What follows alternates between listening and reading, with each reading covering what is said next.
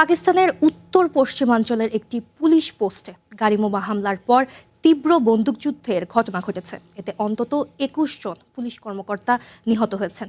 Al Jazeera জানায়, শনিবার গভীর রাতে আফগানিস্তান সীমান্ত ঘেঁষা ৫২ জেলায় এই হামলার ঘটনা ঘটে। এই অঞ্চলটি খাইবার পাখতুনখোয়া প্রদেশের অন্তর্গত। স্থানীয় পুলিশ কর্মকর্তা জানান, এক আত্মঘাতী হামলাকারী ও তার সহযোগীরা বিস্ফোরক বোঝাই একটি গাড়ি নিয়ে নিরাপত্তা চৌকির কাছে বিস্ফোরণ ঘটায়। এর কিছুক্ষণ পর আরও কয়েকটি বিস্ফোরণের শব্দ শোনা যায়। এ সময় নিরাপত্তা পোস্টটি ধসে পড়ে। বিস্ফোরণে আশেপাশের বেসামরিক এলাকায় ব্যাপক ক্ষয়ক্ষতি হয়েছে বলে জানায় সংবাদ মাধ্যম ডন। এই হামলায় নিহতের সংখ্যা আরও বাড়তে পারে বলে ধারণা করছেন পুলিশ কর্মকর্তারা।